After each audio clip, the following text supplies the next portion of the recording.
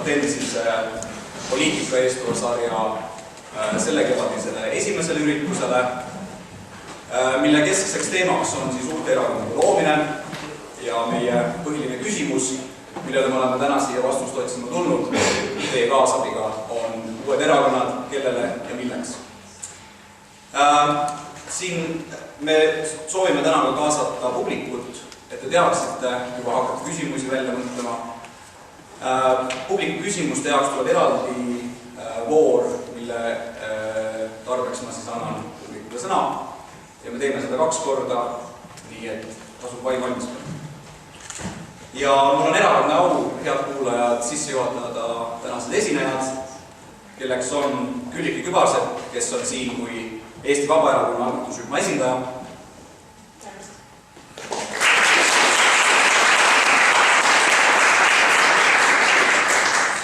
Kristiina Ojuland, Rahvaühtsuse erakonna algatusrühma esindaja.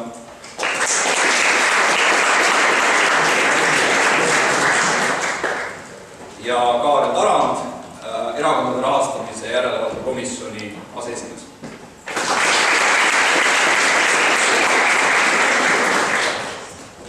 Nii, aga asume siis asja juurde. Hea publik, andke palun käega märku, kelle meelest on Eestis vaja uusi erakondi.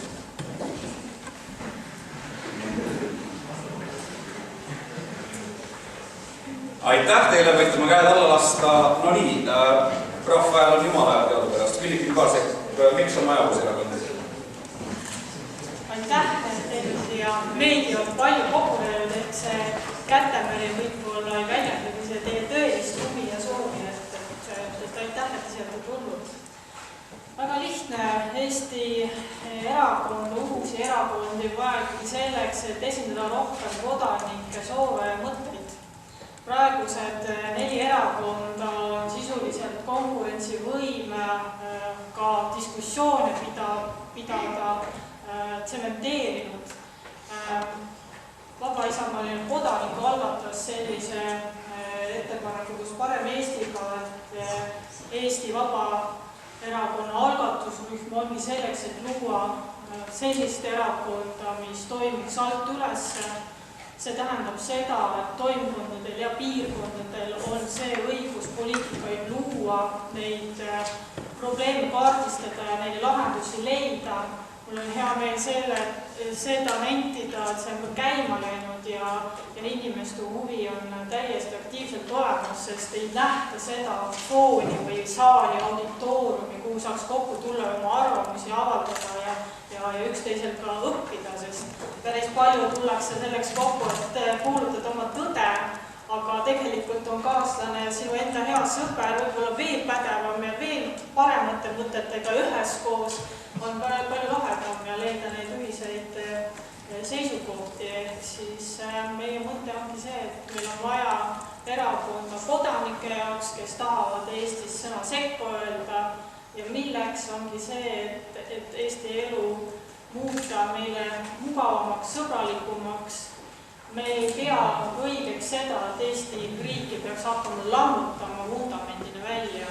Ei, meil toimib demokraatlik riik, inimesed maksavad makse, me elame siin, me saame hariduse, aga meil on kindlasti väga palju ettepanekuid ja nüansse, kuidas seda mugavamaks, efektiivsemaks muuta, raiskamist, koomale tõmmata. Meil on kindlasti lapsed see ressurss, kellele võiks rohkem panustada või näiteks ametnikkonnale ministeeriumides ja nii edasi, need ettepanekuid võib tuua.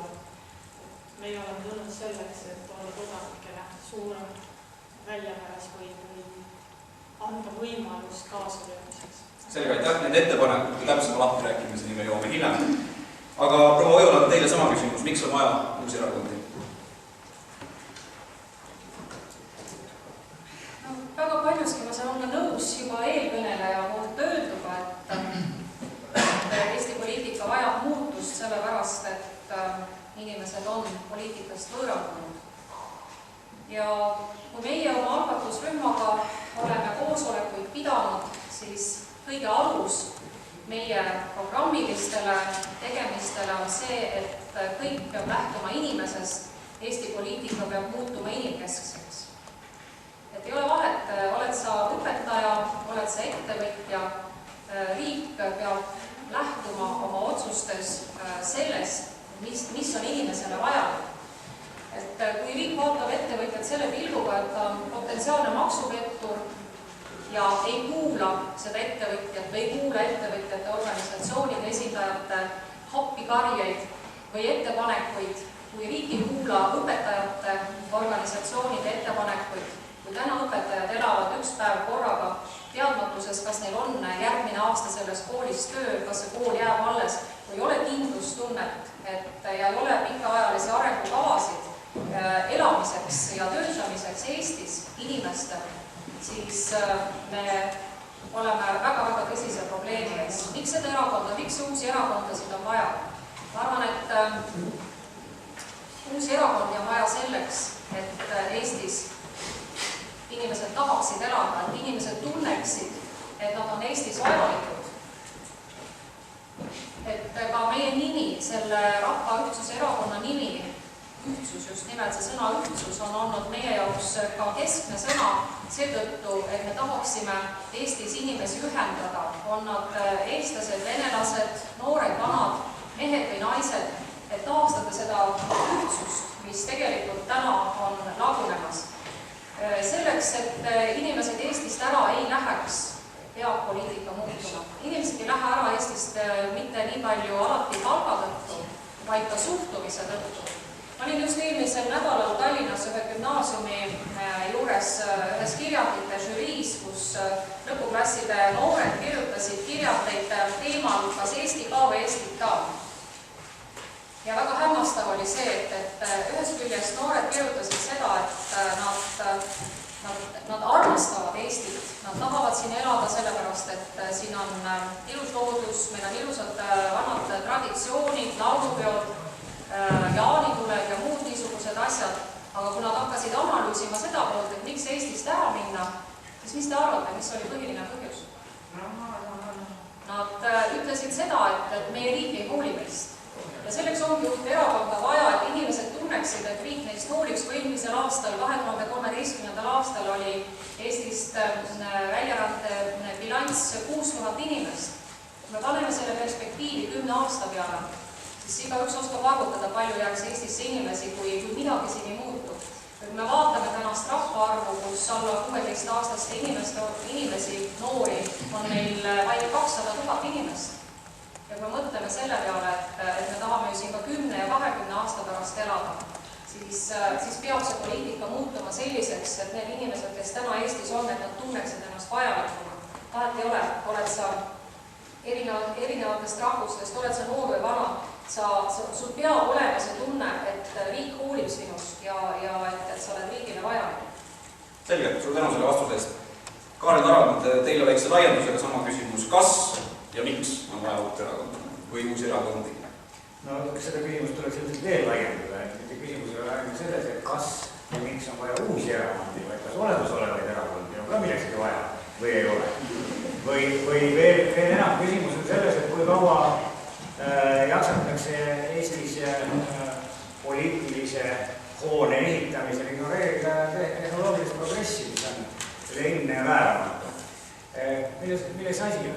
Asi on selles, et me peaksime endalt iga päev küsima, et kas esindusdemokraatia mudelid, nii nagu nad näiteks 19. sajandi välja mõeldi, et kas nad sellisena ongi igavikulised ja täiuslikud ja kas neid muuta ja parandada kuidagi ei saa, sõltumata sellest, millised on muutused väliskeskkonnas. Ja vastus kahtlemata on siin see, et jah, saab küll.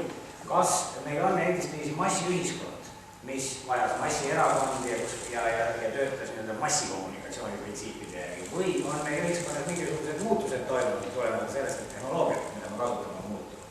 Ja jällegi, tundub, et parem vastus on see, et ei, neid vanaaegseid asju meil tingimata vaja ei ole.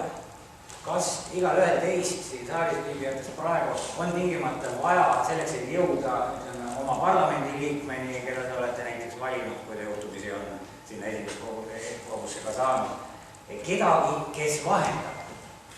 Kas selleks, et öelda välja oma poliitilisi seisukohti ja sõnumeid, on vaja kedagi, kes teid vahendaks või kes teie ees seda teeks? Tingimata mitte. Meil on kõigil võimalused kõigini pääseda. Erakond on oma praeguse mudelis umbes nagu suurem osa siin viibijatest on nooremad tehnoloogia, mis valitseb vanasti telefonisides, kus olid hiigelsuured sellised kommutaatorikapid ja nende juures olid tublid naistöötajad, kes siis ühendasid saatjat ja vastuvõtjat spetsiaalse juhtmega seal. Igal ühel oli oma auk, oma number, eks ole, siis pandi vastavalt viigi 2 inimest kokku. Nüüd, kas me peaksime elama selle sama kapi juures ja ootama siis, et me tahame veel 2 tüdrukut sinna juurde saada, kes neid juhtmeid ühendaks 2 inimese vahel. Meil ei ole seda vaja, meil on täiesti teistsugune tehnoloogia praegu, eks ole, kasutada. Nii et vahendajate küsimus on kaotanud oma tähenduse. Igaühel on avalikule inforuumile piisav juurdepääs. Nüüd, kuidas siis see niimoodi, meil kinnitavad erakonnad olemasolevad ja suuremad seda ägedalt nii seda, et ilma erakondadeta ei ole meie põhiseaduslik demokraatia ja vabadus võimalik realiseerida, esindusdemokraatia. Nüüd ametigi, kui me nüüd oleme põhiseadust, nii nagu Lennart Meri alati õpetas, et kui tekib küsimusi, pöörduge põhiseaduse poole. Põhiseaduses, kui me vaatame, oleme järelenud, erakond kui selline on nimetatud üldse 6 korda, et täiesti teisejärgulises kontekstis. Tähendab, esimest korda on ta nimetatud kodanike õigusena kuuluda, erakondades moodustada neid, kui nad tahavad. Väga tore, õigus on kodanik. Erakondadel endil ei ole mingid õigused. Järgmiseks on siis seal terve rida piiranguid, et kes ei või parasjagu mingisugusesse erakonda kuuluda. Näiteks tegevteenistused kaitseväelased ei või, presidenti ei tohi kuuluda samal ajal mõnesse erakonda ja erakondade likvideerimise teema. Põhimõtteliselt ei ole kuskil põhiseaduses öeldud seda, et erakonnad on ainuvõimalik, ainumõeldav viis esindusdemokraatia pidamiseks. Meie praktikas, meie poliitiline praktika näidanud seda, et nii inimesed on juba moodustanud erakondi, on see neile see oma nende iseäraline roll, eristaatus nii väga meeldima hakanud, et aastate ja Riigikogu koosseisude igas koosseisus järjest on suurendatud erakondade eriõigusi. Kuni siis selle tasemeni, milleni jõuti umbes 10 aastat tagasi, et erakonnad on meil nii kullapallid ja niivõrd vältimatud meie ühiskondlikus elus, et need on ametlikul ja fikseeritud riigieelarvelisel rahastamisel erinevalt väga paljudest ühiskonnaelu ilmingutest, mille rahastamiseks iga aasta peavad, olgugi neid nimetatud kas või põhiseaduse preambulis näiteks, et mille rahastamiseks peab iga aastal uuesti võimlema ja taotlema. Erakondade raha tuleb nii-öelda ilma küsimata. Niiviisi. Ja seetõttu need 2 õnnetut inimest siin minu kõrval, kes tahavad teha uusi erakondi, on selle oma mängu lootuselt juba ette kaotanud selle sama nimestatud põhjusega, et neil ei ole mingitki varianti praeguses rahastamisprintsiibi juures jõuda konkurentsis sellele tasemele, kus teised on. See on siis jõudaks kõik. Selge, tänan. Lähtuvalt härra Tarandi vastusest, proua Kübarsepp, miks mitte kasutada teisi vahendeid poliitikas osalemiseks, näiteks konkreetsete probleemide lahendamiseks algatusrühmi luues või olles lihtsalt aktiivne kodanik, nagu näiteks ka härra Tarand siinsamas teie kõrval? Jah, ma tahan öelda seda, et ideaalis tegelikult me peaks lähtuma sellest seisukohast, et erakonnad ei ole saatanast, nagu päris paljud erinevad kodanikuliikumised on genereerinud ja enda sees jõudu kogunud. Tegelikult erakond ju on täpselt samasugune kodanikuliikumine, MTÜ, mis võiks ideaalis ikkagi toimida normaalse kogukonnaga. Näiteks Rootsis on niiviisi, et erakonnaseadus kui sellist pole olemas, 2 inimest võivad selle registreerida ja vastavalt siis edasi toimetada ja nii nagu nad ise tahavad. Eestis on selline jäik seadusandlus, mis imekombel sinna natuke liikmete algatajate rühma suurus natuke allapoole toodi, aga see ei ole ka päris see erakond, mida võiks olla. Ehk mina võin öelda oma kogemusest, et ma olen seltsides aktiivne liikuja, Kaitseliidu liige, erinevaid ühiskonna ja kogukonna versioone läbi proovinud, millesse on jäänud, mille taha on toppama jäetud, on see pädevus, et ühel hetkel tuntakse pädevust ei ole niivõrd palju, et osata saada sellest samast Aarli poolt kirjeldatud kinnises süsteemis, et ei oska enam dialoogi pidada, sest pädevus on poliitikute poolt ära ostetud kodanikuliikumistest. Ja see on nagu selline tõsine probleem. Ma nagu vaidlen selles osas vastu, et meil oleks nagu kõik vahendid ja kommunikatsioonid olemas, et infot kätte saada. paraku need, kes on kas või seltsid erinevate linnavolikogude komisjonides, on hädas sellega, et nad ei saa tegelikult kätte, mis on ühe eelarverea tegelik sisu ja mis seal peaks tegelikult olema. Et tegelikult meie seadusandlus on hetkel ette näinud seda, et erakond, tema konkureerimine loob need võimalused, et ligi pääseda. Mis need natukene keeruliseks teevad, on see võim, kogu kätte sattunud võim, et valimisliidud kui mitte erakonnad seaduse mõttes, aga toimimise mõttes kui erakonnad ühel hetkel käituvad täpselt samamoodi kui need erakonnad, sest nad on saanud millegi ligi ja nii edasi. Nüüd ongi meie küsimus, kas valimisliitude või mitte muude poliitiliste organisatsioonidega seda poliitilist kultuuri avardada ja tuua uusi muutusi ja suundi, et selleks oleme ka meie kokku tulnud. Okei, proua Kübarsepp, aga kas tõesti nende suuresti administratiivsete probleemide lahendamiseks on vaja tervet erakonda tuua ja lausa kahte? No, millistest ettepanekutest te mõtlete, et kui me räägime näiteks ka haldusreformist, mida siin pikemat aega räägitakse, siis on paraku see seadusandlik täitesõitles saatev võim ja meie oleme oma preambulates seda välja toonud, et näiteks ka Riigikogu valimistel võiksid olla kodanike valimisliidud need, kes seal osaleksid, siis ma arvan, et see olukord läheks päris mõnusaks, aga kas me praegu neid erakondi, kes sellele ettepanekule vastu tuleks? Selleks on ikkagi vaja moodustada erakond, kes sellega ellu viiks ja läbi. Meie oleme selleks valmis. Selge, suur tänu. Proua Õueland, Andrus Kivirähk on kirjutanud, et vanade erakondade suhtes on kaks varianti. Kas jätta nad slumistuma või üritada nad asustada korralike inimestega. Viimastel nädalatel on poliitikasse siirdunud mitu tuntud inimest, näiteks Anvar Samost, Oudekki Loone, varasemast Eerik-Niiles Kross, ja ta kõiki tegelikult ühendab asjaolu, et nad on liikunud juba olemasolevate erakondadega. Seega äkki meil ei ole vaja mitte uusi erakondi, vaid rohkem mõtlevaid inimesi poliitikasse, kes võiksid teostada praegust erakondade liikudena. Seda peaks ka häälega veel ja kogu aeg kordama, et mõtlevaid inimesi oleks poliitikasse vaja. Mina olen nagu väga seda meelt, et ja ma tean, et see on raske, Kaarel ütleb, et raha pole, tõesti meiesugustel raha ei ole ja ongi väga raske, aga mina leian, et tulebki kontseptuaalselt teistmoodi ehitada uusi erakondi ja üldse veel üks vahemärkus, et miks me seda erakonda ja miks me ei ole MTÜ, et meil on mingi kogemus olemas, kus ole kohalikest valimistest, kus Tartus õnnestus üle künnise saada, tegelikult Tallinnas ei õnnestunud, et neid põhjuseid võib otsida ikkagi küsime, et miks siis vabad kodanikud ei vali neid vabade kodanike ühendust, isegi kohaliku omavalitsuse puhul, kus see on võimalik. Riigikogusse täna ei ole võimalik kandideerida tänaste seaduste raames ilma erakonnata ja see on ka üks põhjus, miks tuleb teha uus erakond. Ma loodan, et lõpuks tekib üks ja tugev uus erakond, et meil ei ole, et me keerame ajalugu tagasi, et me oleme 92. aastast tagasi, kus oli hästi palju väikeseid erakondi, kes olid kõik lõpptulemusena nõrgad. Täna, et üldse sellist poliitilist muutust ellu viia, millest me siin täna räägime, selleks peab erakonna looma, et pääseda Riigikogusse ja pääseda valitsusse ja siis muuta neid seadusi, mis võimaldaksid ka kodanike organisatsioonidel, valimisliitudel kandideerida ka Riigikogusse. Selge, aga proua Õueland, te olite 18 aastat Reformierakonna liige, miks ei tegelenud kõige sellega näiteks ausa inimeseks poliitikuga juba siis, kui te olite mõndises erakonnas mõjuvõimsel positsioonil? Jah, see on väga hea küsimus ja muidugi, ma olengi vana poliitik, ma olen oma selle algatusrühma sees, tegelikult mina olengi ainukene, see nägu väga palju küsitakse, kus on teil need tuntud näod, kes teiega koos teevad.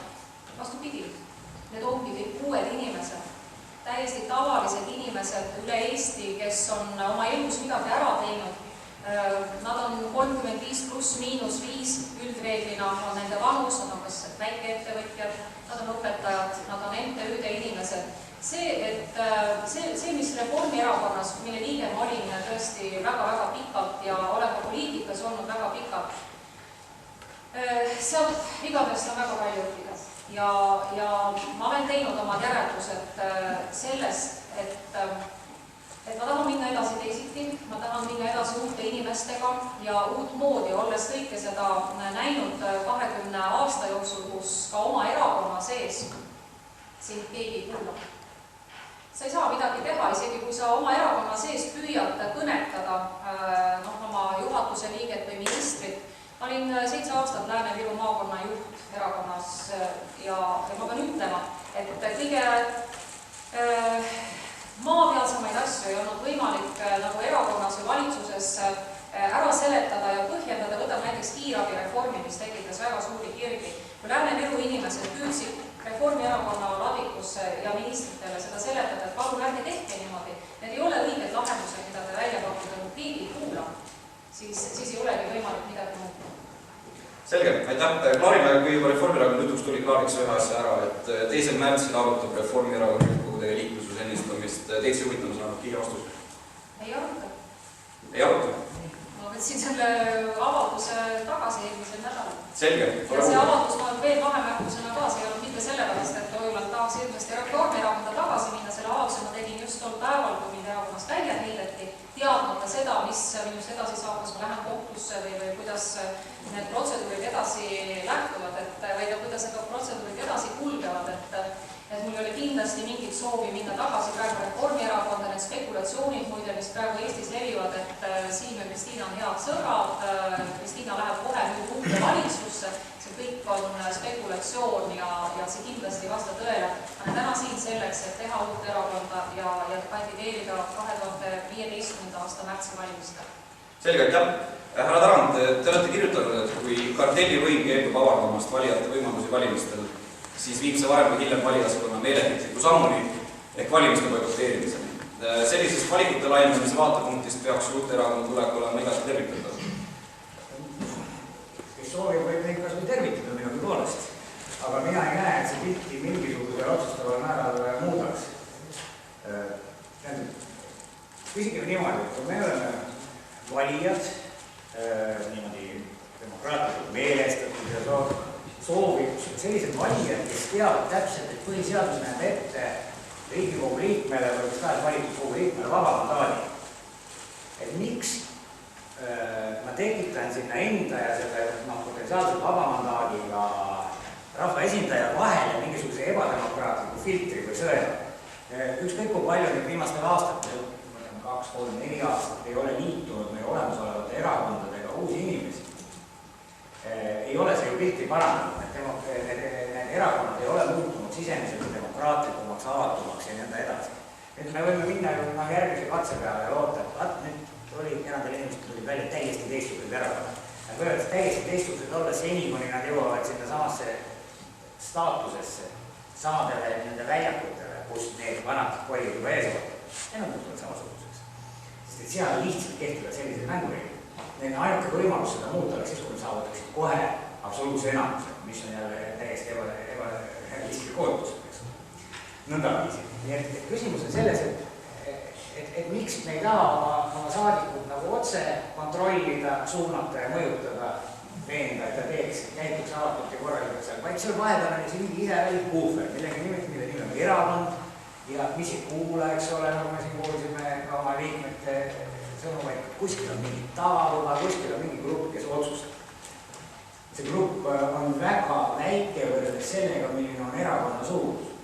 Möödunud aastal on see liitus erakondadega mitu tuhat inimest, nagu parteid on hoogsad meil oma pressiteatetes teada aastat. Kes on 2000, kes 3000 liiget juurde.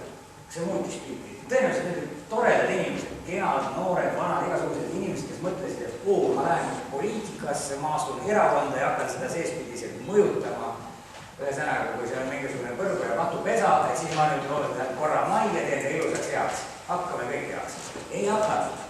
Tõenäoliselt on suur hulk pettunud, sest et nagu näitab ka see, et ka erakondadest lahkujate arv on päris suur. Väiksem küll kui liitujate arv, liitumise põhjuseid ma ei tea kõike, aga igatahes tuleb see kirinal ära ka inimesi, kes millegi pärast avastavad alles erakonna liikmeks astudes, aga seal ei toimu midagi. Tegelik erakond, mis midagi otsustab, määrab, teeb, on 50-100 inimest võib-olla seal kuskil omavalitsuse tasandil, eks ole, natukene juurde. Väikese peale ja kuskilkesi.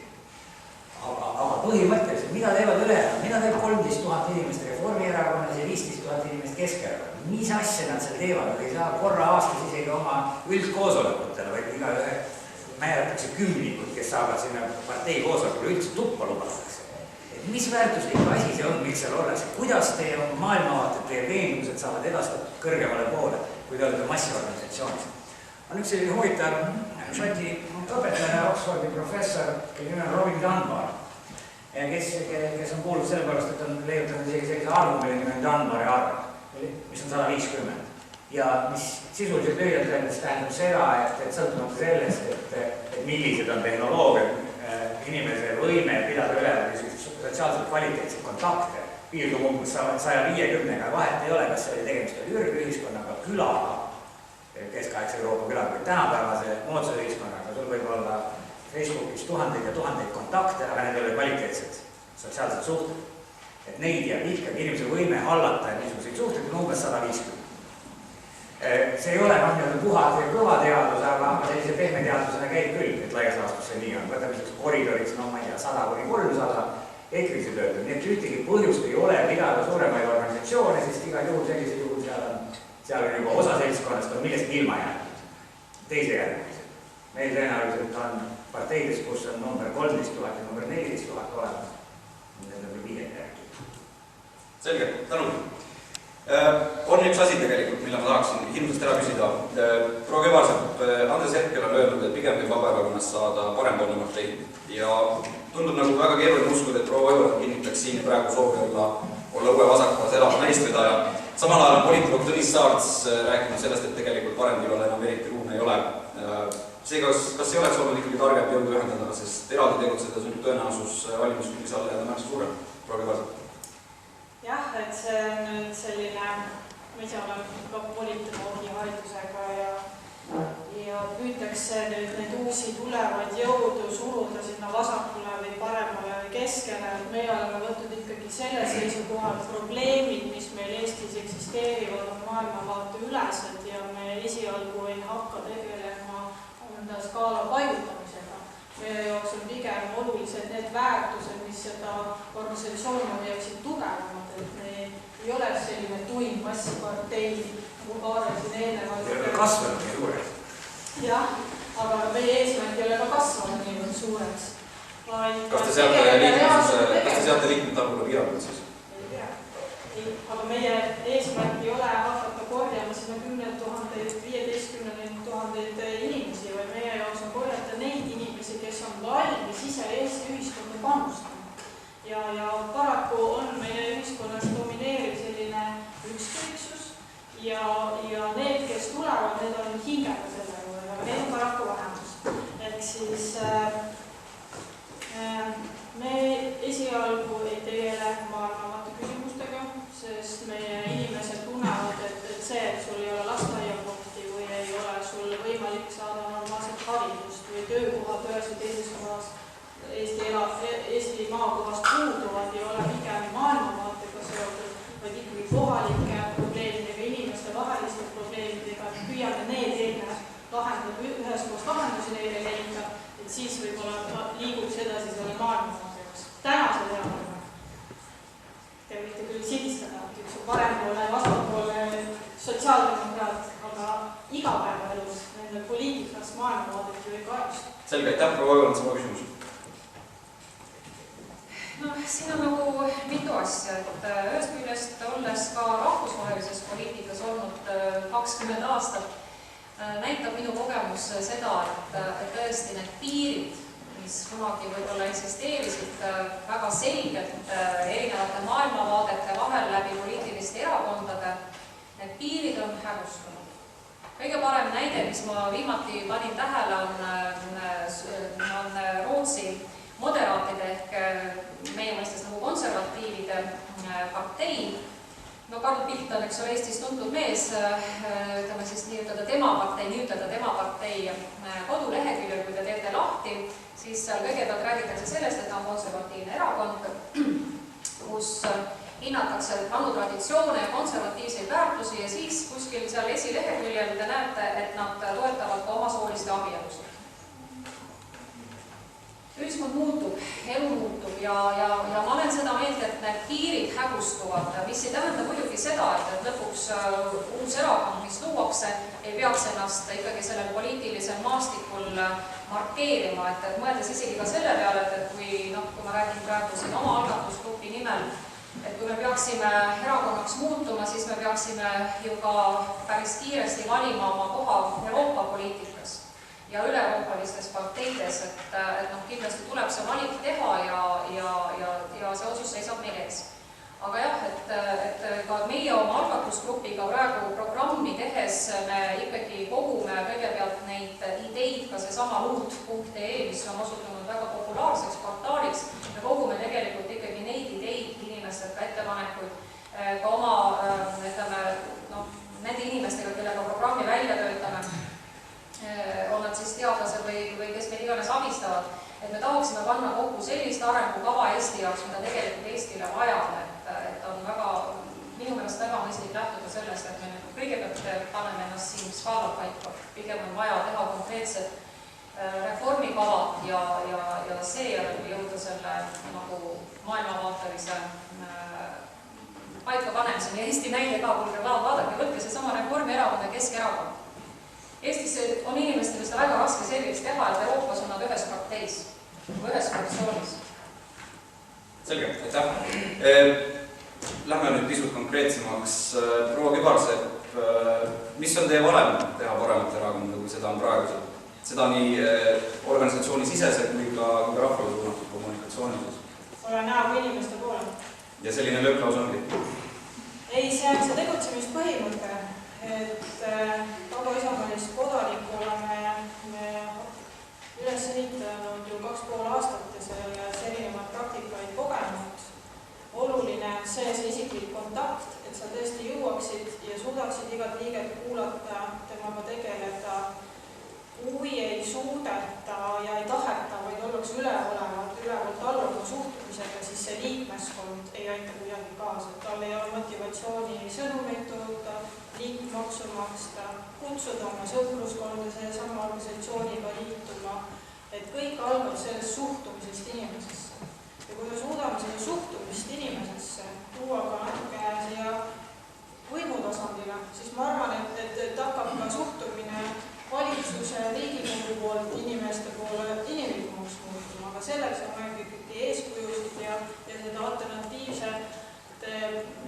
alternatiivide pakkumist, et kui me seda praegu eitame ja ütleme, et nad kõik lollid ühesugused, te püüate samasuguseks minna, no siis ei hakka, ja ma arvan, ühiskonnas mitte midagi muutuma, vaid me kapseldume, me pettume veelgi ja ma ei kujuta ette siis, mis meie riigis saab. Ma arvan, et meie eesmärk on ikkagi kaasata ja olla näoga inimese poole. Selge, proua öelnud, mis on teie valem? Loosung või mis asi? Ei, valem, teha paremat erakonda. Kui see väljendab teil loosungites, siis... Ma ei kuulnud seda, ma ei saanud sellest sõnast aru, et millest see juurde käib. Ma tahtsin tegelikult ütelda Kaarlile siin teie kommentaariks, aga nüüd mõte jooksis sassi, et iseenesest ega ka üks alus, kui me algatusgrupiga koos käisime või ka ümarlaudasid korraldasime ka siinsamas Tartus jaanuarikuus, siis hästi palju kõlas läbi ikkagi seesama mõte, et me tahame Eestit korda teha ja see mõte iseenesest on alguse saanud eelmise aasta presidendi kõnest, kus, kui te mäletate, siis president Ilves eelmine aasta kutsus oma kõnes üles rahvast, et teeme Eesti korda 2018. aastaks, siis kui Eestil on eesistumine Euroopa Liidus. Ja me oleme seda teemat päris mitu korda nagu nahanud, et aga miks oodata siis 2018. aastani, et teeme kohe korda, et see on ka üks asi, mis on, ma arvan, kõikidel meie programmi toimkonna inimestel kogu aeg siin kuklas, et me tahame teha Eestit korda näiteks sedasama investeerimiskeskkonda, maksukeskkonda, ettevõtluskeskkonda ja me jõuame nende. Jah. Selge. Ole Tarand, kuidas tundub? On neid edu ootamas? Ei. Ma ei taha üldse ironiseerida, aga võtame näiteks selle loosungi, et olla näoga rahva poole. Kui see on käitumisviis, siis see on niimoodi, et kui ühe koha peal seista, et siis juhtub seista küll näoga allüksuse poole, nii nagu paraadil, eks ole, tervitad oma rahvast. Aga kui sa kuskile poole minema hakkad, siis peab see juht selge ees minema, kui ta on näoga oma rahva poole ja siis selge ees mineku puhul võivad igasugused ärbardused ette tulla. Nii et seda tasub lihtsalt sloganeid tekitades tasub seda silmas pidada, et kuidas neid võidakse tõlgendada. Ja ilma pahatahtlikkuseta, kui siis sul ei ole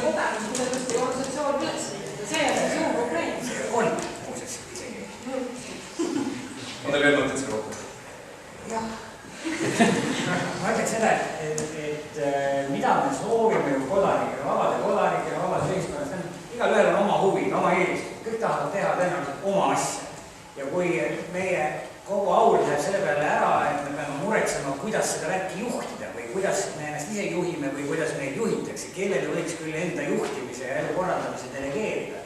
Et siis me tõenäoliselt raiskame hulga kasulikku aega ära, mida me võiksime pühenduda hoopis õnnelik olemisele ja igasugustele naudingutele oma lemmik tegevusalade harrastamisele ja nõnda edasi. Nii et mida väiksem on see osa asjast meie elus, meie päeva ajabilansist, mida me peame juhtimise pärast muretsemisele kulutama, seda on õnnelikum elu. Ja nüüd selleks, et me seda võimalikult vähe peaksime tegema ja kulutama, peab olema usaldus. Mina isiklikult ei arva, et ma peaksin kõikidel valimiste vahele jäävatel päevadel 4 aasta jooksul vahtima oma valitud isikute näppude peale, sest mine tea, niipea kui ma valvsuse kaotan, võivad nad mingisuguse murjatusega hakkama saama. Minu meelest on see halb ja vale, kui niimoodi ainuüksi peab mõtlema. Aga paraku meie ühiskond on umbes selliseks praegu kujunenud, et need, kes juhtimise juurde pääsevad, usaldada neid õigupoolest ei saa. Ja miks ei saa? Aga sellepärast ei saagi, et need vahenduslülid, mis meil on, nimelt erakonnad on väga ebaselge, nähmased, põhimõttelagedad, mitte läbipaistvad organisatsioonid, kus miski võib tekkida millestki, kus ei ole aru saada otsusteni, arvutuskäigud, otsusteni jõudmise protsessid ja nii edasi, äkki kuskilt tuleb. Ja need, kes tegelikult otsuseid langetavad põhimõtteliselt, nagu öeldakse, kummitemplina otsuseid, nende ees, kes istuvad parlamendis, ei ole enam valikuvariant. Meie kogu see otsuste tegemise protsess on muutunud selliseks, et ainult üks valik, millest saab olla poolt või vastu. Aga arutluskäik... Erapooletu saab toimuda. No Riigikogus saab ja üldse võib ära põgeneda ruumist selleks äkki. Aga põhimõtteliselt ei ole võimalik ei nendel rahvaesindajatel seal, kes peaks oma vaba mandaati rakendama, ega ka avalikkusel ole võimalik aru saada, kuidas mingisuguse otsuse eelnõu puhul, milliste arvutuste mõttekäikud järgi jõuti just selleni. Et mis on need võrreldavad variandid, et miks see on kõigest halbadest kõige parem ja miks need teised siis veel halvemad. Neid teisi variante, mis on kõrvale jäetud, mille pärast meil pildid ei ole, meile neid ei põhjendada. Öeldes, et see oli parim, me otsustasime siin kuskil partei.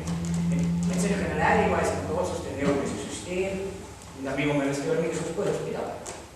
Proua Joonat on seda repliiki. Ma tahtsin kommenteerida, mul tuli ikka meelde see, mis ma tahtsin ütelda Kaarlile nagu lisaks, et iseenesest on muidugi see oht olemas, et kui need uued erakonnad tekivad, et siis jälle mõne aasta pärast, 5 või 10 aasta pärast me oleme samasugused nagu a la Respublika või Reformierakond. Respublika näiteks üle pool aastat. Jaa, ei, aga ma pean silmas praegu seda, mis ma ütlesin Respublika sihilikult, et kui te loete Kalle Muuli viimast raamatut Eesti poliitilisest ajaloost, ma tõesti soovitan lugeda, kellel vähegi poliitika vastu huvi on, siis ta kirjeldab väga hästi, kuidas Respublikat 10 aastat tagasi loodi, millise entusiasmiga seda kõike tehti, aga ka samas väga suure rahaga, mida tänased erakonnad, kes uued tulijad on, ei saa endale lubada. Ja ikkagi lõpuks, eks ole, on jõutud väga halba seisu, et ma lihtsalt tahan öelda seda, et tänaste uute tegijate jaoks peab olema see väga selgelt ja täpselt ka enda jaoks läbi mõeldud ja sõnastatud. See oli ka see, mida ma oma asutaja kaasliikmetele 6 aega tagasi 30. jaanuaril ütlesin, kui asutamisleping oli alla kirjutatud, et sõbrad, ma ei tahaks 10 aasta pärast seista peegli ees ja öelda, et kuulge, me oleme jälle seal samas, kus need vanad erakonnad on, et kas me selle pärast seda uut erakonda tegime. Ja see on ka, eks ole, see asi peab olema erakonna kontoris ja seina peal igal inimesel ajus, et seda ei tohi lasta juhtuda. Ja need erakonna inimesed ise, kes selle erakonna liikmed on, nad on samasugused kodanikud. Et see ei ole nii, et sa astud erakonda ja järgmine päev sa oled kohe pätt kaabakas ja varas, eks ole. Kui need inimesed, kes seda erakonda teevad, suudavad jääda iseendaks ja seista nende väärtusteks, mille pärast seda täna tehakse, siis me õnnestume. Mina julge täna mõnki võtta, kas see nii läheb, et me jääme ka 10 aasta pärast oma väärtuste juurde. Mine tea, aga vähemalt me püüame seda teha ja tahame seda teha teised. Sellega, aitäh esinejatele selle eest, mis on selliseks räägitud. Hea publik, nüüd on teie võimalus. Olen andke käega märku, kellel on küsimus, mida nad sooviksid esinejatele esitada ja seejärel, kui saate sõna, siis palun tõuske püsti, nimetage esineja, keda soovite küsimusega üllatada ja seejärel esitada küsimus umbes 30 sekundit, palun. Ja palun. Mis te mõelnud? Uue erakonna loomine on läinud teil ilmselt teile endalgi ootamatult tugevas kuidas hindate nagu selle valguses võimalust liikuda ühest olemasolevast erakonnast teise? Just täna mainisite, et Keskerakond ja Reformierakond on võib-olla lähedasemad, kui meie siin Eestis seda näeme. Alles hiljuti üks tuntud keskerakondlik naispoliitik liikus Reformierakonda. Et niimoodi valijana oleks väga vaatemänguline olnud näha, mis saab tuntud Reformierakonna naispoliitikust kui siin Keskerakond. No naiste vahetust me siin tegema ei hakka, jah. Ei, no mis ma oskan öelda, et ma ei saanudki sellest küsimusest nagu aru, et kindlasti ei ole mul plaanis minna Keskerakonda, kui te niimoodi küsisite, aga uue erakonna tegemisel, mis on vähem kui kuu aega nüüd vana, see asutamisleping ei ole veel kuud aegagi mööda ja mina ütleksin, et vastupidi, väga hästi on nagu läinud, et ühest küljest see tuul puhub vastu täie lauaga, aga samas see tuul käib läbi Eesti meediakanalite ka praktiliselt iga mõne päeva tagant on kusagil meist juttu ja iseenesest see on hea, veel hullem oleks, veel kurvem oleks see, kui üldse keegi tähelepanu ei pööraks ja ei räägiks meie tegemistest. Aitäh! Ja palun, teie, jah. Minu küsimus on Tatarandile, et missugune oleks teie nägemus, et kuidas siis valimised toimuda võiksid, kas erakonnad siis tärvida ja kaotada ja kust võiks tulla siis need üksikisikute rahastamine? Alustame siis rahast.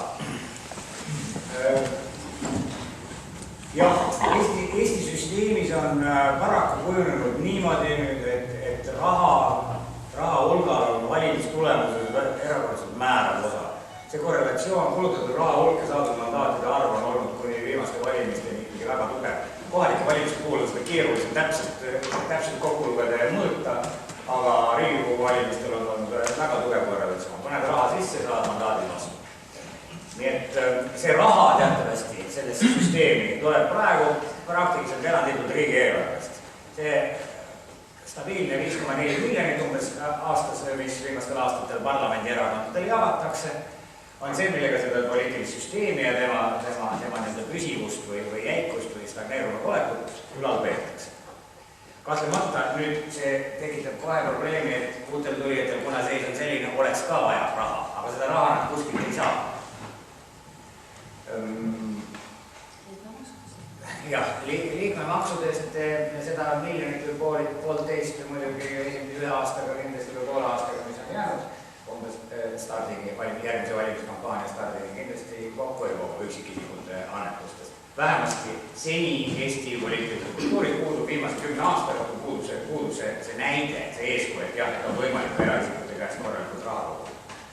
Nüüd teine eraldi küsimus on see, et miks meil üldse on vaja sellesse süsteemi raha sisse panna niisugusel kujul ja niisugusel viisil.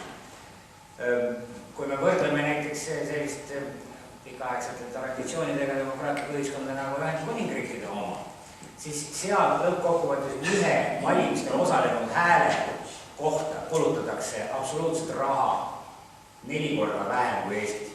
Ühe inimese valimiskasti juurde viimiseks kulutatakse 4 korda raha vähem kui meil. Meil on teatavasti umbes ostujõu poolest 3 korda vaesem ühiskond või 2,5 nõnda viisi.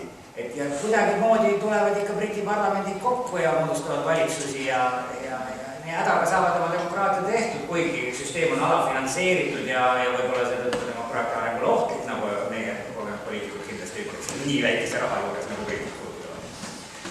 Nii et ma arvan, et selleks, et olla poliitiliselt edukas, ei ole üldse palju raha vaja.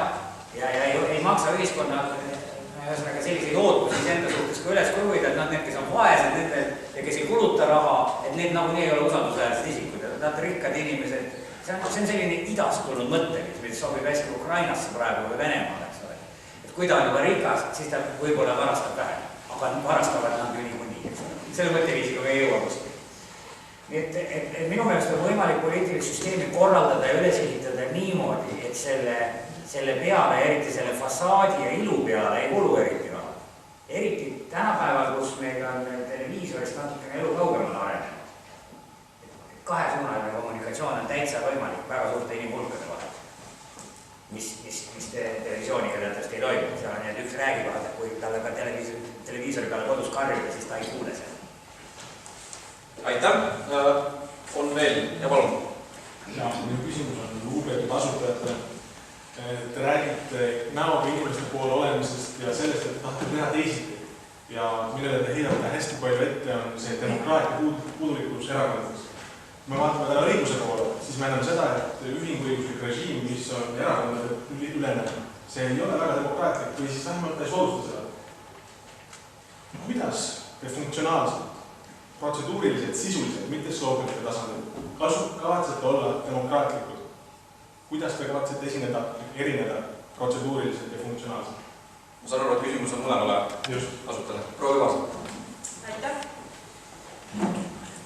Jah, ma olen nõus, et näiteks mittetulundusühingute seadus on üldse eelmise sajandi seadus, et see ei anna päris mitmeid tegevusegi tavalistel seltsidel ja MTÜ-del läbi viia, kas või üldkoosoleku läbiviimist, et seal on väga palju takistusi seatud normaalseks toimimiseks. Ma toon või rõhutan seda uuesti, et me oleme oma algatusrühma loonud selleks, et need liikmed, kes sellega liituvad, saavad ise kujundada selle uue erakonna näo ja sõnumid. Me oleme võtnud selle seisukoha, et ei ole olemas ühtegi tagatuba või inimeste kogumid, kes kirjutavad 3-4 programmi valmis, panevad laua peale kuuletume. See ei vii mitte kuhugi. Me oleme just avanud uksed sellele, et iga liige, kes tuleb, saab selles osaleda. Punkt 1. Teiseks, kuidas ta saab osaleda? Tal ongi siis erinevad võimalused toimkondade kaudu, on erinevad info vahetamise kanalid, on olemas üldkoosolekud, kus kõikidel liikmetel on võimalik sõna võtta ja oma seisukohti esitada ja paluda siis ka teiste kogunenud inimestel seisukohti võtta. Väga oluline on see, et seesama juhtkonna uksed on avatud ja kõik see, mis juhtkonna tasandil otsustatakse, kui kõik liikmed ei ole kohal, oleks ka kohe tagasisidestatud liikmetele, et see info kanalid liiguksid kohe edasi-tagasi, sest praegu lihtliikmed on väsinud glamuurist, nad on väsinud näilisusest, vaid nad tahagi lihtsaid lahendusi, lihtsaid inimesi, lihtsalt suhtlusviisi. Nad ei taha keerulust. Ja ma arvan, see ongi see, mismoodi me hakkame ka edasi kujunema. Meie struktuuri arutelud, põhikirja arutelud seisavad ees, et ma usun, et sealt tuleb just see, mida meie liikmed täna väljendavad. Suur tänu, proua Ööland ja siis härra. Kindlasti üks võimalus, mida vähemalt meie praegu kasutame, on just nimelt uued tehnoloogiad, nagu siin Kaarel mainis, et seesama Facebooki listid või meililistid, kus tegelikult debatt toimub, kus inimesed reaalselt osalevad ja räägivad. Et see on vähemalt praegu algusjärgus meil elementaarne suhtlusviis. Kõik saavad kõigiga suhelda, kõikide arvamust kuulatakse, kas meeldib või meeldib, ta on olemas. Aga kui mõelda nagu tuleviku peale, kui erakonnal on kindel struktuur, on maakonna organisatsioonid ja on muud struktuuriüksused, erakonna juhatused ja nii edasi, siis siin on küll, siin tekibki, eks ole, see oht ja see väljakutse, et ma olen oma elus näinud tõesti erakonda praktiliselt sünnist saadik, kuidas ta oli demokraatlik, kuidas maakonna ja piirkonna organisatsioonidel oli reaalne võimalus kaasa rääkida ja kuidas see kõik nagu ühel hetkel hakkas vähenema, et ma loodan, et sellele kogemusele tuginevalt, mis mul sellest eelmisest elust kaasas on, et seda erakonna sisedemokraatiat ja inimeste kuulamist ja kaasarääkimist korraldada, et see on, seda ei saagi seadusega või seda sa ei saa, eks ole, oma sisereeglitega kuidagi kirja panna, see on poliitilise kultuuri küsimus. Ja see sõltub väga palju liidrist, et kes iganes on ka tulevikus selle loodava erakonna juht, et see kindlasti sõltub väga palju liidrist, organisatsiooni kultuur sõltub väga palju liidrist. Aitäh, härra Tarand. Kunagi umbes 8 aastat tagasi, kui Eesti tähtsamad erakonnad hõivatud majanduskasvu tekitamisega ja rikkaks saamisega, et siis ja valitsus oli uinunud natuke hetkeks, siis toimus Eesti erakonna demokraatis selline huvitav eksperiment nimega Roheline erakond. hea, et seda oleks hoolega akadeemiliselt uuritud, aga tasuks. Sest et nende idee oli see, et nad üritavad täiesti uues kvaliteedis erakonna sisedemokraatiat üles ehitada ja proovisidki, aga tagantjärele ei saa tingimata öelda, et masin oli halb. Kindlasti oli masin ebatäiuslik ja teda oleks pidanud arendama, aga juhid ja arendajad osutusid veel ebatäiuslikumaks ja juhtimisoskus oli viletsam kui masin ja selle tõttu see läks ka aia taha. Kahtlemata need meie saurused seal Toompeal, keda 4 tükki seal on, ei ole sellisest eksperimendist või sellisest arengusuunast mitte mingil juhul huvitatud niikuinii. See on töömahukas, ebamugav, ei anna ette teada tulemusi ja vastuseid alati, on ühesõnaga ebakindel. Aga sellisena või ka huvitav, see oleks võinud olla üks suund, ja uurida tasutada igal juhul, et kui uusi masinaid leiutakse. See oli siiski võimalus, ütleme, roheliste erakonna sisedemokraatia süsteem võimaldas neil mingisuguste erakonna liikmete enamuse toetusega otsusteni mingisugustel hetkedel mingisugustes küsimustes jõuda, kui hästi pingutati. Aga loomulikult seal oli niimoodi juhtus ka tihti, et häälekas vähemus oli lihtsalt nii aktiivne, et karjus enamuse või vaikiva enamuse maha. Aga kui isegi ei proovi selliseid süsteeme, siis muidugi kindlasti ei jõua ka mingisuguse sisedemokraatia. Tänan publikut diskussiooni panustamast, me tuleme veel diskussiooni lõpuosas publiku küsimustega tagasi. Aga lähme konkreetsete poliitika kujundamismeetmete juurde. Proua Kübarsepp, politoloog Rein Loomla sõnul teeb uute erakondade tuleku keeruliseks lisaks liikmete arvu kokkusaamisele peamiselt see, et neil puudub võimas idee, mis rahvast edutaks. Ja Vabaerakonna algatusrühm on küll rääkinud vajadusest toetada väikeettevõtlust ja töökohtade loomist, kuid sellega te tegelikult ju ei eriliselt ühestki olemasolevast poliitilisest jõust. Mis võiks siiski olla see kandav temaatika, millega te poliitilist toetust taotlete ehk laenata Sagu Udelepa mõtte, kuidas te mind ja kõik inimesed saalis kavatsete rikkaks teha? Kõigepealt ma kutsun liituma Vabaerakonna algatusrühmaga, et nendele küsimuste lahendusi leida. Teiseks, nagu ma enne ütlesin, siis ega inimesed ei oota enam loosungeid, reaalselt ootavad tegudega inimesi. Ja loosungeid ju, ma arvan, iga üks oskab. Aga kas see ka töötab või mingit uut väärtust loob, ma seda hästi ei usu. Väärtust ikkagi loob see, et me oskame koonduda, me leiame ühiselt lahendusi probleemidele, ehk Eesti on nii väike riik, näiteks toome selle sama majandusega, põllumajanduses, kus ma olen ise rohkem ka mõned aastad tegutsenud, on see, et meie turg on liiga väike, aga seda, et me saaks seda toredat Eesti juustu näiteks viia mujale, siis me peaksime koomima ühele näiteks lambad, teine oskab seda väärindada, kolmas oskab pakendada, neljas oskab näiteks seda turule viia, et see ühistegevus on see suur võti. Loosungid, ma arvan, Eestit enam edasi ei. Selge. Proua Ojuland. Muidugi praegu, kui meil programmi tervikuna veel olemas ei ole, me selle kallal töötame, on kujunenud välja 3 niisugust fundamentaalsemat valdkonda. Kõige olulisem ja mida päev edasi seda rohkem aga isiklikult veendunud on see, et kõige olulisem valdkond on haridus. Haridusest algab kõik, olgu see algharidus, olgu see gümnaasiumiharidus, olgu see kõrgharidus. Et kõik see õpetamine ja õpetamise kultuur, sellest sõltub lõpuks just nimelt, kas me lõpuks saame ettevõtliku kodaniku siin riiki, kes suudab ennast ise rikkaks teha ja jõukaks teha ja pakkuda ka töökohti teisele. Kogu see õpetamise süsteem on meil väga-väga nästus ja selle põhjusega on meil, milles meil kõige tänab, ütleme, kvaliteetse tööjõupuudus, kui õpilane tuleb kutsehariduskeskusest välja ja ta ei ole ikka võimeline töötama selles mingisuguses erialal, mida talle seal õpetatakse, siis kusagil on ikkagi midagi väga mäda. Või kui võtame kas või algkoolid, et kui Eestis praegu just nagu tundub, tundub, et meie lapsed on väga hästi ette valmistatud, kui nad lähevad esimesse klassi, peavad juba oskama kirjutada ja numbreid tunda. Soome lapsed ei pea seda oskama. Ja kui vaadata algkoolis 2-3 aasta pärast õpitulemusi, siis Soome lapsed on meie omadest edukamad. Ja ma ei räägi seda ainult oma tarkusest, loomulikult ma kuulen targemaid inimesi, ka näiteks professor Ülo Vooglaid, kelle juures ma käin nii-ütelda ise tunde võtmas.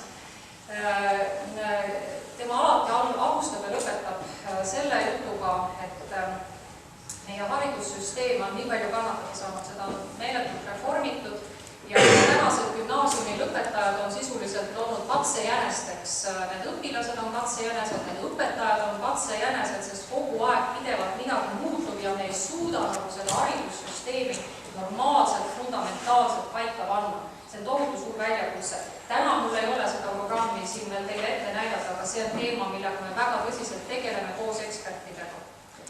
Teine ja kolmas teema, ma sellel juba nii pikalt ei peatuks, muidugi kogu see majanduskeskkond, investeerimiskeskkond, maksupoliitika keskkond, see kindlasti vajab dogmade lahtivõtmist, mis selles keskkonnas valitsevad ja kindlasti seda bürokraatiat tuleb selles keskkonnas kõvasti vähendada. Ja kolmas kindlasti ka väga oluline on kõik see, mis puudutab siis haldusterritoriaalset reformi ja üldse regionaalpoliitikat. Kogu seda pikaajalist arengukava, mida ma tahaksin tegelikult hea meelega näha, regionaalpoliitika arengukava, ütleme, kui meil täna on olemas, kui me võtame kaitsepoliitika, siis meil on 10 aasta peale ette planeeritud investeeringud relvade ostmiseks. Aga kus on need arengukavad meil hariduse peale ette, kus on meil need arengukavad regionaalpoliitilises vallas, neid täna ei ole ja täna keegi selle peale, praegune valitsus kahjuks selle peale ei mõtle. Suur tänu. Härra Tarand, kas teile tundub, et on tagatud märki või kas see kõnetaks teid kui valijat? Ei. Ma arvan, et probleem ei ole selles, et me ei teaks, mida teha. Ärge unustage, meil on üks maailma haritumaid rahvaid. Meil on väga hea universaalne koolisüsteem, kus me peame küll selleks, et keerukamaks muutuva maailmaga hakkama saada ja toime tulla, peame kauem käima, ei saa enam 14 tööle minna, vaid keskelt läbi peab noor tuugel praegu koolis käima, et kuhugi jõuda midagi olla 15-20 aastat. Enam ei saa keskaja, keeruline, ühesõnaga kauem peab õppima, aga lootuseks on see, et elu on ju pikem. Et pärast õppimist on ikkagi veel palju vabu aastaid, õnnelikke aastaid. Need targad inimesed, keda me ühiskond näis, need suudavad igasuguseid asju välja mõelda, on ka mõelnud ja on selle läbi arvanud. Ühesõnaga, meil on iga jumala valdkonnas on meil ekspertteadmine, on olemas. Aga küsimus on selles, et spetsialistide või ekspertide kiht ühiskonnas ei ole selle nii-öelda poliitilise ehk otsustajate kihiga mingisugusel moel ühendatud. Ja täpsemalt öeldes on nagu kliendi suhtes, et neilt aeg-ajalt tellitakse arvamusi, seisukohti, mingisuguseid analüüse ja nii edasi, ainult et siis poliitikud nätsutavad selle kuidagi mingisuguseks oma asjaks kokku, nii et see ei tööta enam selline, nagu on osnud. Mul on, seda te kuulete ükskõik, mis valdkonna inimeste käest, kellel on kokkupuude sellega, et mis sai seadusandlusest, lõpuks sellest seadusest, mis valmis sai, mida valdkonnas sisend küsiti ja mis siis juhtus. Minul endal ka värske kogemus sellise lugupeetud inimese nagu põhiseaduskomisjoni esimehe Rait Marustega, kui see viimati erakonna seadust parandas. Meil nimelt sellest siis erakondade rahastuse järelevalve komisjonis, kus me loomulikult ei ole ise targad, et kasutame õpetatud finantsistide ja juristide abi selleks, et kõik läbi kontrollida, mida meile pakutakse. Tekkis selline tunne poole selle seaduseelnõu menetlemise pealt, et kolge, et nüüd te olete sinna midagi pannud ja sealhulgas järelevalve komisjonile ülesandeid, mida ei ole võimalik täita, sellepärast et need paragrahvide sõnastused on sellised, mis ei ole arusaadavad, mis ei ole rakendatavad nii edasi. Saatsime hulga selle kohaselt märgukirju, tegime isegi oma pakkumised, kuidas saaks paremini teha. Lõpuks tuli põhiseaduskomisjonis tagasi, et ei, meil oli juba teistsugune poliitiline kokkulepe. Ja jäid need, ühesõnaga mitte rakendatavad punktid jäid sinna seadusesse sisse, sest neil oli poliitiline kokkulepe ja kõrvad raha täis. Et seda juhtub igas eluvaldkonnas ei viis millegi pärast, kusjuures ei ole isegi aru saada, mida need inimesed, kes neid otsuseid langetavad, siis tähendab ebakvaliteetset lõpptulemust saavad. Mida nad ise sellest võidavad ja kasu saavad, sest kokkuvõttes nad on diskrediteeritud selles valdkonnas, mida nende tehtud otsused mõjutavad. Ja aina vähem saab neid usaldada, aina vähem, eks ole, on siis neile toetust, rohkem saavad sõimata ja siis on õnnetud, et me ju püüdsime, aga näe, rahvas ei armasta neid, miks ta ei armasta. Sellepärast ei armastagi, Ühesõnaga, see on oluline viga, mis selles praeguses meie ühiskonna juhtimissüsteemi ülesehituses on see, et eksperdi arvamusest saab liiga lihtsasti üles võtta. Ja miks seda siis üldse küsitakse, kui seda pärast ei kasutatakse? Lähme sama teemaarendusega edasi, et nagu proua Joomet mainisite, siis juba eelmises kuust on ju avatud selline portaal nagu luud.ee, kus kõigil soovijal on võimalik ideid selle kohta, nagu kodulehel on kirjas, millist Eestit me tahame välja pakkuda. Ning need ideed peaks siis ka leidma koha uue erakonna programmis. Ja te olete lisaks öelnud, et rahvaarvamus peab olema tähtsaim sisend poliitika kujundamisel. Aga miks te arvate, et rahvas on alati piisavalt pädev, rääkimaks kaasa näiteks välis- või õiguspoliitika kujundamisel? Kas teatud teemad ei peaks jääma professionaalide pärusmaale?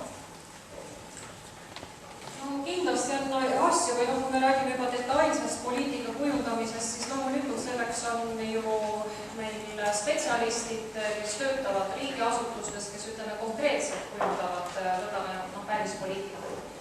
Aga samas ikkagi see põhisuund või see joon, eks ole, see alus, mille peale spetsialistid saaksid poliitikat kujundada, see suund peab ikka rahvalt tulema. Võtame selle sama Euroopa Liidu liikmeks oleku. Et kui täna näiteks rahvas ei toetaks Eesti liikmeks olekut Euroopa Liidus, siis oleks väga keeruline seal mingit poliitikat teha. Täna õnneks meil 80% vist viimaste küsitluste järgi rahvast toetab põhimõttelist kuulumist Euroopa Liitu ja see iseenesest on minu meelest päris korralik ja tugev mandaat sellele, et kes seal iganes valitsuses on, et nad siis viivad ka vastavat poliitikat ellu. Ma saan aru, et kui toetus peaks langema alla teatud kriitilise tasemel, siis teie partei võiks kaaluda Euroopa Liidust väljastumist. Ma loodan, et seda ei juhtu, et see, kui juhtub, siis tegelikult on just nimelt see rahva otsus, kas olla Euroopa Liidus või mitte, et ka brittidel seisab referendum ees ja see referendumi küsimus. Selge, härra Tarand tahate repliiki, aga lasen... See on niivõrd imeline näide sellest, et kõik tahavad esindada enamust. Eks ole, sellest nagu meie erakonna demokraatia nõrkus praegu seisneb, et ei ole enam selgepiirilised klassi, mida esindada, nii nagu see 19. sajandil, vaid kõik on kuskil keskklassis ja keskklassi on tore esindada ja ükskõik kust äärest ta keegi erakonnaga ei alustada, seda tahab esindada seda enamust, seda keskmist, kõik liiguvad tsentri suunas ja siis ei olegi mõtet nendel loosunglikel erinevustel, eks ole, kui kõik tahavad nagunii keskmist esindada. Aitäh. Proua Kübarsaar, kuidas Vabaerakond kavatseb oma programmi välja töötama? Ma olen korduvalt välja toonud, et meil on erinevad toimunud, toimunud kaasavad eksperte ja püüavad siis enda töö tulemusena oma programmi osad kokku saada. Mina arvan, et ei ole õige ainult, et peaksid valitsema puhtalt need eksperdid või ainult puhtalt poliitikud. See peaks olema ikkagi kahe poole sümbioos, mõnus koostöö. Täiesti nõus sellega, mida siin Kaarl enne väitis, et ekspertidest minnakse väga julgelt üle. Eks siin on mitmed erinevad põhjused, aga üldjoontes ma pean vajalikuks koostööd. Selge, aitäh. Ja härra Tarand, te olete viidanud erakondade loomise mõttetusele kaudselt või tegelikult päris otseselt. Kas poliitika kujundamise tulevik võikski olla näiteks rahvakogu 365 päeval aastas? Üksikute probleemide sõnastamise ja neile võimalik lahendust pakkumise kaudu näiteks veebikeskkonnas?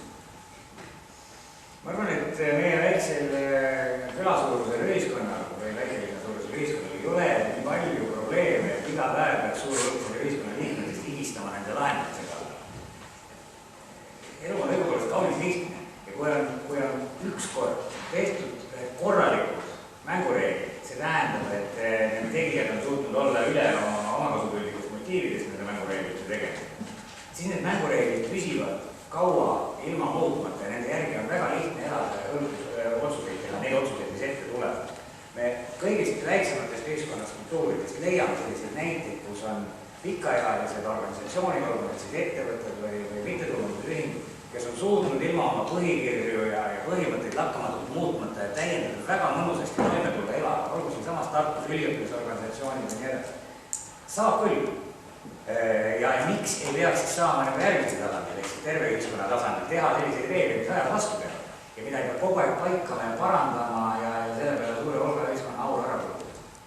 Aga siis muidugi, ja siin me läheme teema juurde, mille nime on nimeline professionaalsete poliitikute klassi, poliitilise klassi väljakujunemine ja mitte ainult Eestis, vaid üldiselt Lääne-ilmas. Et siis ju kaoks ju, kui tööd on vähe, siis kaoks ka ära hulk töökohti.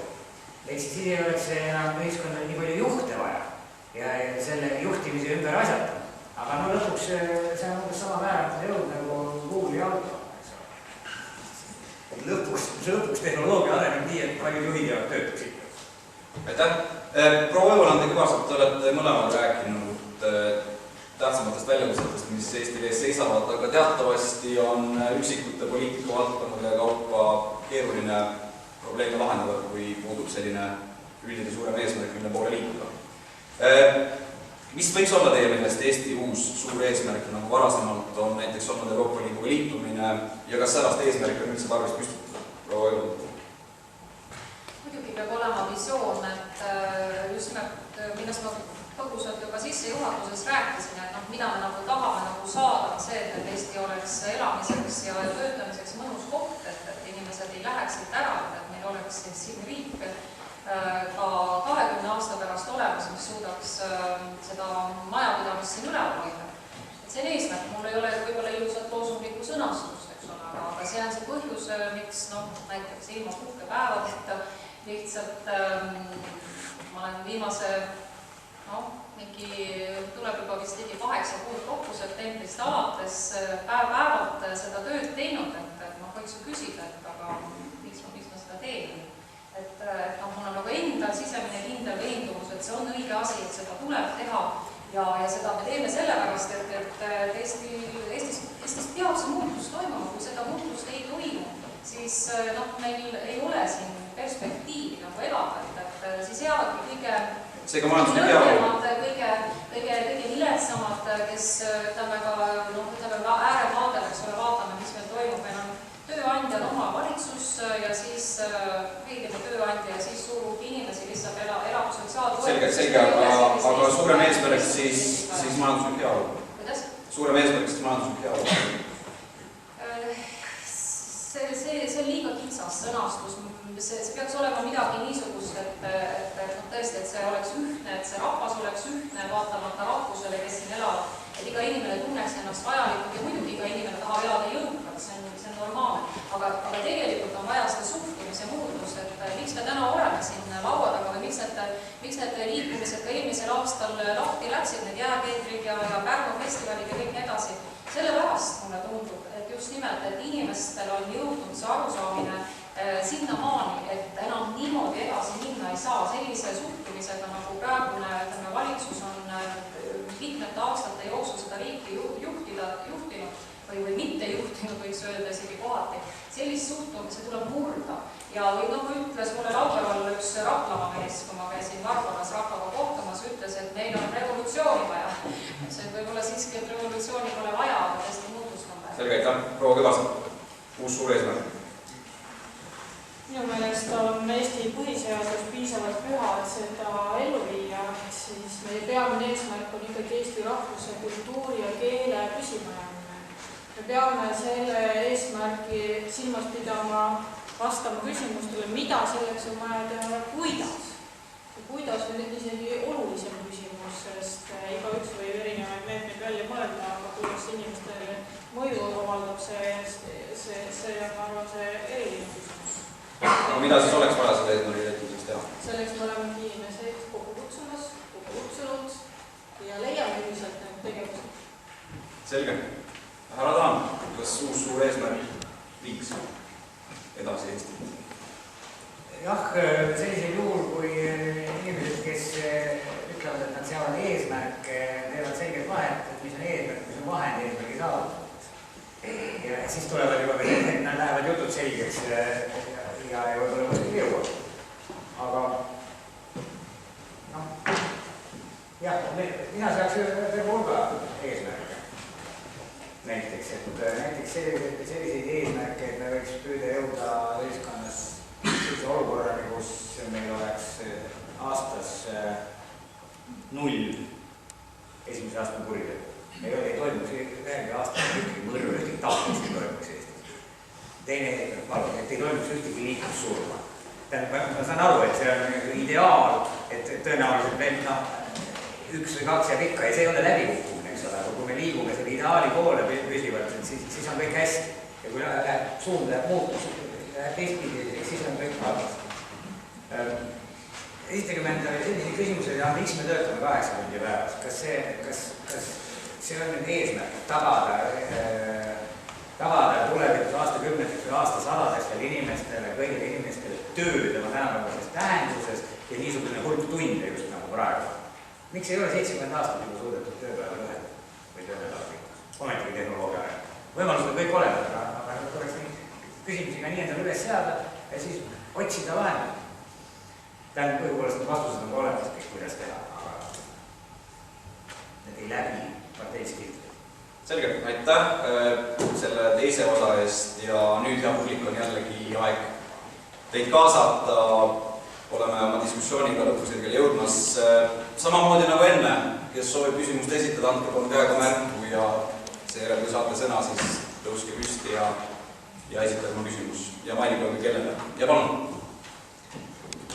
Mul on küsimus proua Kristina Velandile, et te mainisite, et haridus on väga oluline teie jaoks ja mul on küsimus, et kui kogu aeg muudetakse ja praegused gümnasistid on katsejärjesteks, nagu te väiksite, siis milleks hakata seda uuesti muutma ja mida see juhul täpsemalt muuta? Kas te keskenduksite siis kõrgharidusele või üldharidusele või millele te keskenduksite? Ja põhimõtteliselt on seda vaja teha selleks, et meil lõpuks kvaliteet hariduses tõuseks. Et meil tuleks välja võimalikult ükskõik mis tasemel me räägime me põhikoolist, räägime me gümnaasiumist, räägime me kõrgkoolist, et see kvaliteet oleks meil võimalikult head, meil oleks kvaliteetset tööjõudu. Et täna, eks ole, inimeste töötamise oskuski, et kui jällegi, et hiljuti kohtusin ühe noore ettevõtjaga, noor naisterahvas, kes on ise kuskil seal alla 30 aasta vahel, tal on koolitusfirma.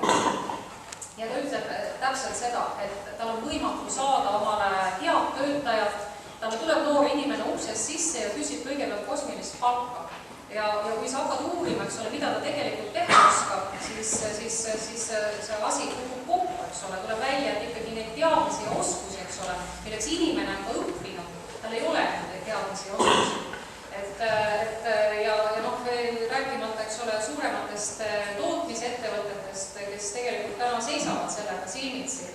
Et see ei ole ainult, ütleme, mingid, see hariduse teema ei ole ainult, eks ole, mingites õppeprogrammides või õppekavades, vaid see on ka väga palju kinni selles mentaliteedis ja õpetamise metoodikas, kuni õpetajate palkadeni välja ja õpetajate töö väärtustamiseni välja. Et see haridusteema on niivõrd kompleksne teema või võtame, eks ole, siin kõrghariduse või teaduse valdkonna, eks ole, kui palju olen ma viimaste kuude jooksul rääkinud ka teaduspoole inimestega, siis tegelikult on väga rahulolematud selle haridussüsteemiga. Ja see ei ole mitte ainult ühe ministri või ühe valitsuse teema, see tegelikult on terve selle valitsuse teema, et seda haridust ei ole nähtud kompleksselt ja võib-olla osa haridussüsteemi inimesi, kes on püüdnud midagi teha, et lihtsalt ei võeta kuulda. Ma saan aru, haridus on tohutult konservatiivne asi ja ma olen nõus sellega, et tegelikult seda muuta ei tohiks uuesti. Et see on teinud kõik nii hellaks, et kui sa räägid haridussüsteemi inimestega, kõik kardavad seda, aga teisalt, kui me jätkame niimoodi, et me ei suuda omale kvaliteetset rahvast, kvaliteetse haridusega rahvast ja tööjõudu koolitada päeva lõpuks, see ka ei ole lahendus. Head lahendust sellel ei ole ja see ongi väga raske teema, aga lihtsam oleks praegu minu poolt siin teie ees esinedes jätta lihtsalt see teema vahele, seda mitte puudutada. Oleks ju lihtsam siin teie ees istuda. Aga siis ma ei saaks selliseid kriitilisi küsimusi, eks ole. Aga see on, ma arvan, et ikkagi haridusest algab kõik, kasvatusest algab kõik, millised inimesed meil lõpuks Eestis elavad. Aitäh, on veel küsimusi ja palun noormees seal tumendajaga jah teie. Ma toetan väga Kaarel Tarandi seda mõtet, et ei maksa luua erakonda, mis meeldiks enamusele, et siis seda tsentrisse mängida. Ja mu küsimus on ka sellele mõttele suunatud, et nüüd selle uue erakonnaseadusega langetati küll seda nõutavat liikmete arv 500 peale, aga kas see 500 liiget ei ole ikkagi mitte liiga suur, 500 liikmeline organisatsioon ei ole ikka mitte liiga suur, et lasta seda juhtida 500 inimesel. Ütleme, et see on küsimus mõlemale uue erakonna algatajale, et teie juurde tuleb 500 inimest 500 erineva mõttega. Mil moel te garanteerite iga ühele neist inimestest, et nende ideid arvestatakse teie erakonna loomisel? Aitäh küsimusest, proua Kübas. Teadupärast poliitika on kompromisside kunst ja tõesti, kui ka 10 inimest satuvad ühte ruumi ühel teemal arutlema, siis see kompromissi leidmine ei ole alati kõige lihtsam. Kui see teema oli arutluse all, siis Andres Herkel põhiseaduskomisjoni esitas just selle ettepaneku, et seda lävendit tuua veel allapoole 200 liikme peale. Ise me peame õigeks seda, mis on ka näiteks Rootsis, ehk võib 2 inimest selle registreerida ja nende küsimus on see, kas ja kuidas nad suudavad siis laiendada ja tahavad laieneda. Et see ei tohiks olla kindlasti mingisugune sunduslik piirangule. Võti on ikkagi see, et kas ja kui palju inimesed on valmis üksteisega suhtlema ja rääkima. Et see kodaniku liikumine või ükstapuha milline ühistegevus on ju see võime, kuidas koostööd teha. Et jah, meil on verega kaasa antud kergelt siuke Peero ja Andrese omavaheline kemplemise oskus ja suutmatus koostööd teha, aga erakond, kodaniku liikumine, üldse igasugune liikumine on ju see õpituba oskus leida need ühiseid 100%-list garantiid, et 500 liikmest tuleks üks arvamus, mida kõik jagavad, ei ole võimalik. Normaalne ongi see organisatsioon, kus ka aktsepteeritakse neid eriarvamusi. Miks Andres Herkel näiteks lahkus Riigikogus IRL-i fraktsioonist, sest seal ei aktsepteeritud seda, et sul on oma arvamus. Et sa võiksid hääletada teistmoodi kui fraktsioon selle esmaspäeva hommikuti selgeks õppinud piinliku täpsusega. Ma mäletan üle selle, kui istus ja kirjutas jah, ei. No nii ei ole võimalik poliitikat ka luua. Nii ei teki ka väärtus. Proua Joon. Arvamuste paljusus on ju üks demokraatia alustalasid, et ma arvan, et oleks väga halb siis, kui kõigil oleks üks arvamus. Ja see on teie vastus küsimusele, kuidas te kavatsete arvamused? See on ju praegu, eks ole, meie asutajate hulgas käibki erinevate arvamuste üle, eks ole, arutelu, kui keegi ütleb midagi, mõni oponeerib, see on kõik normaalne, et oleks ainult neid arvamusi, mille üle vaielda, väga hea palju arvamusi. Aitäh! See on omapärane asi, eks ole, kui inimesed võtavad sisemiselt omaks selleks, et üleüldse suurema auditooriumile tulla, peab juba olema teinud mingisuguseid kompromissi, ehk mingisuguse osa oma veendumustest, oma tõdedest ära, mille kuradi pärast see peaks vajalik olema. Pealegi Eesti valimiskogemus, eks ole, tõestab meile seda, et väga suurt hulka hääli on võimalik kogudega ilma, et see oleks midagi ära, see tähendab üksikisikule. Niimoodi, et sul on 100% siin on, eks ole, publiku ees ja saad oma hääle. Et selles mõttes ei ole mingisugust vajadust seada neid arvulisi piiranguid või laite, et enne ei saa mänguväljakule, kui sul ei ole 500 või 1000. Seal pole põhimõttelist vahe. Küsimus oli selle, et mängi käib selle peale, et peaksid liikmeid koguma. Toetus tuleb koguda. Ja kui sa saad üksi toetuse, siis ei tohiks see olla sul kuidagi rohkem takistatud, kui sul on veel mingisugune 500 keha selle peale. Aitäh ja hea publik jõuame võtta ühe veel. Ja palun. Mina küsisin paar tänavad küsimuse, et meil on siin saali täis väga noori inimesed, kes on tegelikult uus generatsioon. Mina ise sündisin 81. aastal ja nüüd olen jõudnud täiskasvanu ikka ja tahaksin samuti Eesti riigi tegevusest kõrgemal tasemel kaasa viia. Kas te ei arva, et oleks vaja platvormi just nendele noortele inimestele, kes tulevad uute mõtetega ja keda ei lase nomenklatuurilised parteid, kes praegu parlamendis on ligi ning ei anna seda pädevust, mida noored inimesed, uue generatsiooni inimesed tahaksid? Suur tänu! Mina arvan, et keegi ei pea teile platvormi tegema. Iga noor inimene teeb endale ise selle platvormi, mida ta õigeks peab. nende vanade raukade, vanu ja mädanete platvorme ei tasu usaldada ja nende peale talluda. Tehke oma, te olete vabal maal sündinud inimesed juba ainult vabaduse nautides kasvanud. Aitäh, ma saan aru, et on lisamärkus. Et ma tean, et teie meelt väga ironiseerib kõik neid poliitilisi asju, aga samal ajal ma tahtsin sellist konkreetset vastust, et kas te ei arva, et uus erakond oleks ainus pädev võimalus noorel inimesel siis näiteks ka parlamenti saada, sest üksikkandidaadile noore inimene, siis teda ei saa võrdsustada näiteks Indrek Tarandile, kes ainus inimene edukas üksikkandidaat. Aitäh! Mina ei arva, et peaks endale sellist eesmärki seadma, et saaks parlamenti. Ma arvan, et eesmärk võiks olla see, et teha midagi, millest on siis ühiskonnal kasu ja endale rõõmu. Ühesõnaga, mis on konkreetselt? Parlament on legislatiivne organ, siis miks ei ole noore inimese eesmärk saada legislatiivsesse organisse kaasa viia? Mina arvan, et võib kirjutada näiteks ilma parlamenti minemata väga hea seaduseelnõu, mis mingit eluvaldkonda nii korraldab, et kõik olemasolevad parlamendi liikmed neelavad selle alla, hääletavad selle poolt ja elu lähebki niimoodi. Selleks ei pea olema seal ametis, selleks ei midagi ära teha. Ma arvan, et elus on väga palju võimalusi korrastada seda olemasolevat ühiskonda, seda muuta paremaks ja mõnusamaks kohaks elamiseks, mitte ainult tegevuspoliitilises süsteemis või ametkondlikult. Selge. Aitäh publikule jälle diskussiooni panustamast. Tänan ka esinejaid selle põneva vestluse eest. Lõppu mõned kiirküsimused. Proua Kibarsepp, öelnud, millal erakonna ära registreerida? Siis vorm on täis, mis seadusega ette nõutud. Märtsis tuleb? Siis saame registreerida. Märtsis tuleb, nagu varem lubasite? Eesmärk on muidugi, mida kiiremini seda parem, eks ole. Loomulikult on eesmärk on erakonna registreerida võimalikult kiiresti. Aitäh, proua Kibarsepp. Meie jaoks ei ole oluline eelkõige esmalt saavutada kvantiteet, vaid liikuda kvaliteediga edasi. Meie oleme eesmärgiks võtnud septembrikuus registreerimiseni jõuda. Selge. Proua Oiland, kas te Mehhi Kambaparteisse võtate? Seda peab arutama. Aga on võimalus?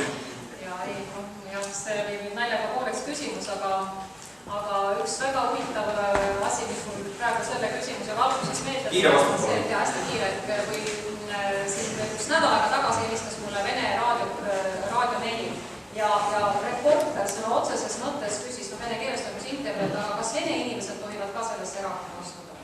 Ja ma ütlesin, et issand, kuhu me oleme jõudnud välja, et kui ajakirjanik küsib juba niimoodi, et midagi peab siin ühiskonnas ikka täitsa nässus olema. Aitäh, ja oled Tarand, nagu me teised kõik siin olete saanud nüüd päris pika, kas ka põhjaliku ülevaate, aga siiski pika loodavatest erakondadest. Kas esitate mõne liitumisavalduse? Ei, kindlasti mitte. Ma olen siiamaani ilma parteidelt hakkama saanud oma elus ja kavatsen vähemasti sama loo veel. Ma ei näe selle niisuguse viisi organiseerumise mingisugust mõtet. Minul isiklikult ei ole teda vaja. Oma saadikuteni jõuan ma välja ilma erakonna aparaatide vahendusel, et ma võin kirjutada ja rääkida ja see minu meelest on kõigil ülejäänud kodanikel on täpselt samasugused võimalused, hakakoga peale ja kartu. Ärgu mõelgu endale enne elu keeruliseks. Proovida, et äkki ma ei või, äkki sünni, äkki kõik need põhjendused, mis tegevusest hoidumiseks on, milles põhjendused. Ehk ära proovi, vaadake, tuleb välja. Aitäh sellise meelülendava üleskutsega, ma arvan, hea publik, meie esinejad on ära teeninud väga tugeva pausi.